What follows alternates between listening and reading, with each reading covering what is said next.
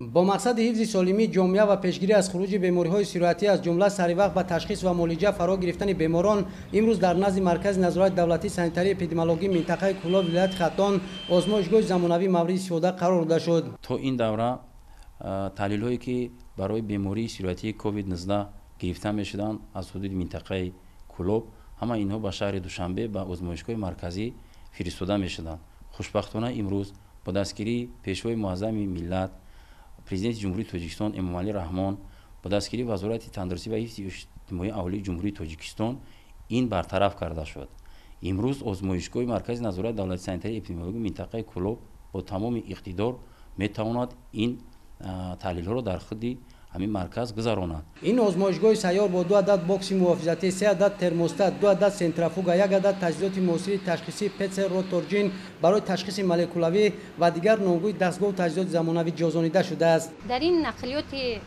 سیار تجهیزات زمانوی یعنی روتورجین تشخیص مولکولوی میگذراند جهازانیده شده است. با واسطه این تجهیزات ما میتوانیم تمام ویروس های دیگر را در سطح ارنکا و دنکا مثال تشخیص گذارونیم، نه بلکه کرونا ویروس بلکه دیگر مثال می شود که ویچ اسپید هپاتیت ها را ما دیده می توانیم در این تجهیزات. با استفاده از این دستگاه و تجهیزات متخصصان سوای امکان دارند که برای معاینه نمودن بیماری سیرویاتی کووید 19 در یک روز 200 عدد تشخیص گذارانند. در آزمایشگاه مذکور 4 نفر متخصصان سوای به کار جلب گردیده است. برای این 4 متخصص ما در پژوهشگاه علمی تحقیقاتی نزد وزارت تندرستی و حفظ اجتماعی جمهوری تاجیکستان و آزمایشگاه سانیتری اپیدمیولوژی از کورس بازآموزی گذشتند و امروز